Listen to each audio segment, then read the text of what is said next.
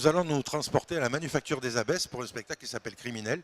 Et je reçois l'auteur de la pièce, qui est Yann Roseau. Bonjour. Bonjour, merci de me recevoir. Alors, cette pièce, c'est tout le mécanisme du passage à l'acte. Boris a tué son père à coups de poing. Donc, Ouais. et pourtant, ça faisait des années qu'il avait, j'allais pas dire plus de raisons de le faire, mais peut-être moins de raisons de passer à l'acte. Alors il a énormément de raisons de passer à l'acte puisqu'il a été battu pendant toute son enfance, mais c'est vrai qu'une fois qu'il arrive à l'âge adulte, il est aussi fort que son père, peut-être plus fort, et il est plus une victime, il est plus menacé.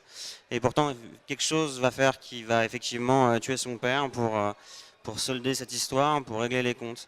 Voilà, et l'histoire est un peu inspirée de l'affaire Jacqueline Sauvage dont on avait beaucoup parlé il y a quelques années. Parce que j'avais été fasciné par cette histoire. Jacqueline Sauvage, c'est une femme qui a tué son mari de 2 coups de fusil dans le dos.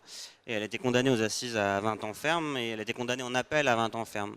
Et pourtant, tous les gens qui parlent de cette histoire voient Jacqueline Sauvage d'abord et avant tout comme une victime. Parce qu'elle elle a vécu un enfer. Oui, mais la justice dit on ne peut pas se faire justice soi-même. Exactement, mais pourtant tout le monde la considère comme une victime. Et c'est ça qui est fascinant, c'est que c'est à la fois une coupable, et du point de vue de la justice, elle n'a pas de circonstances atténuantes, elle l'a tué, voilà, elle l'a tué de sang-froid, dans le dos. On pourrait rentrer dans le débat philosophique de la justice qui juge au nom du peuple français. Tout à fait. Et alors que le peuple français dit cette femme est une victime, Bien la sûr. justice la qualifie de coupable. Mais c'est ça qui est fascinant, ça ouvre la porte à plein d'histoires et à plein d'interprétations et à plein de questionnements.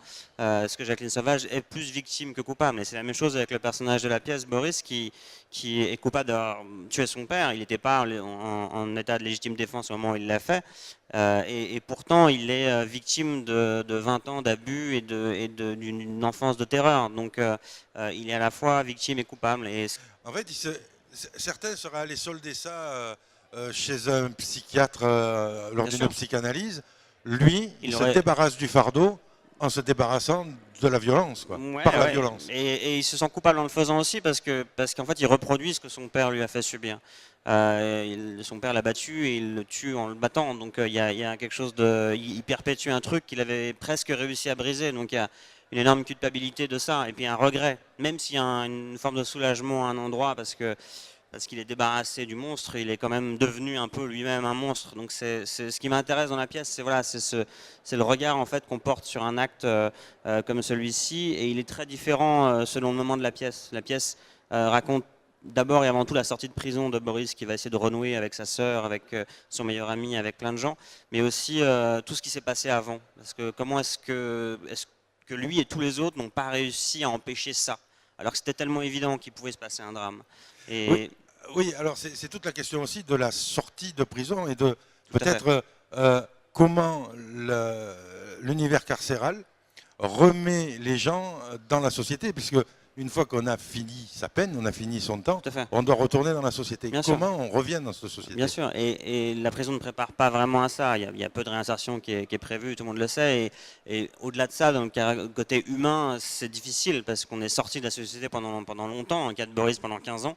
Les autres ont continué leur vie, et tous ceux qui sont liés à cette histoire, la sortie de Boris les ramène à cette histoire. Ils n'ont pas forcément envie d'être ramenés à cette histoire. Ils ont fait autre chose, ils ont construit autre chose. C'est-à-dire qu'ils ramènent cette histoire quand il sort de prison, elle revient chez les gens. Ouais. C'est ça. C'est ce que dit un personnage. Quel sens ça a finalement que lui sorte? La sortie de prison, l'entrée en prison, ça sanctionne le crime, mais la sortie de prison, ça veut dire quoi? Ça veut dire quoi? Pour celui qui a commis le crime, c'est la fin, mais pour tous les autres, ça veut dire quoi? Et c'est ce qu'on voit aussi avec l'affaire Quentin, c'est assez fascinant, c'est qu'il a été condamné, alors une peine qui est peut-être trop faible, énormément de gens considèrent comme trop faible, mais il est sorti de prison, il a purgé sa peine aux yeux de la justice et de la société, la justice représente le peuple, comme vous l'avez dit, et donc il est sorti de prison, et pourtant il y a quelque chose d'inacceptable pour plein de gens. Alors j'imagine que Boris, il sort donc avec le fardeau de ce qu'il a fait, parce que tuer son père, c'est pas quelque chose de neutre, mais qui sort en plus avec des séquelles de ces 15 ans de prison. Ouais, mais sa vie a été brisée. Alors après, il est dans une forme d'acceptation aussi, il a tout perdu.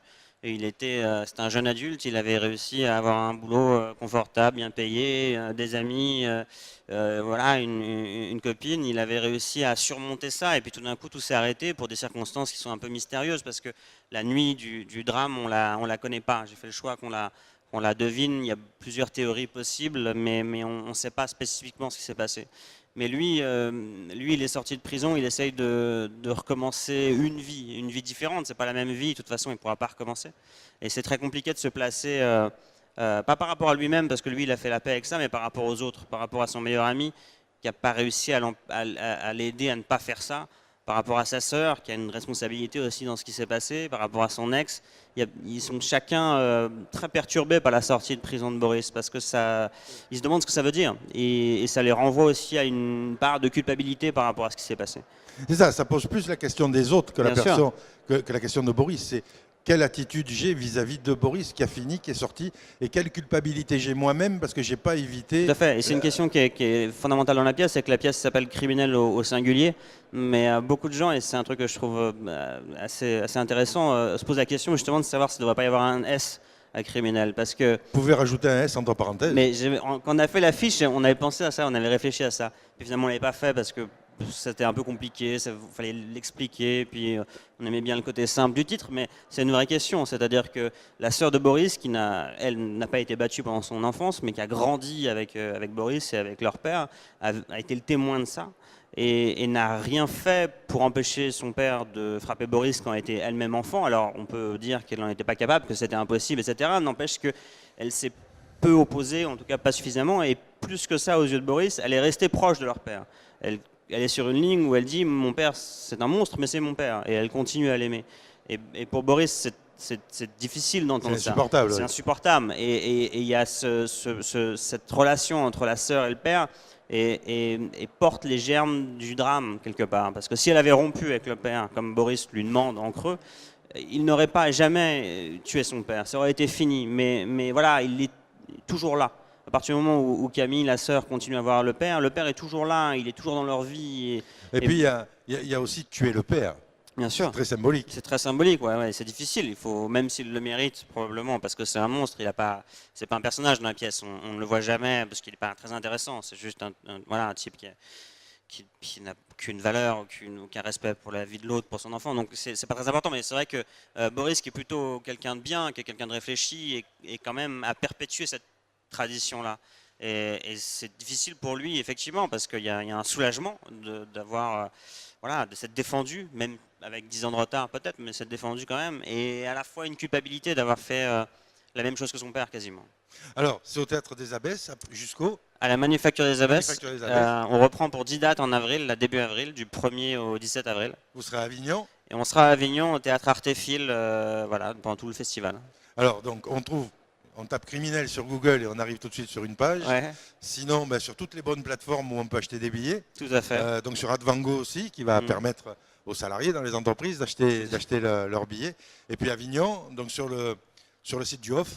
Ouais. Sur le site du Off, on va trouver. Alors là, il y a beaucoup de pièces, donc il faut y aller par ordre alphabétique. Ouais. Et puis vous allez trouver les dates. C'est au Théâtre Artéphile à Avignon et à la Manufacture des Abbesses à Paris.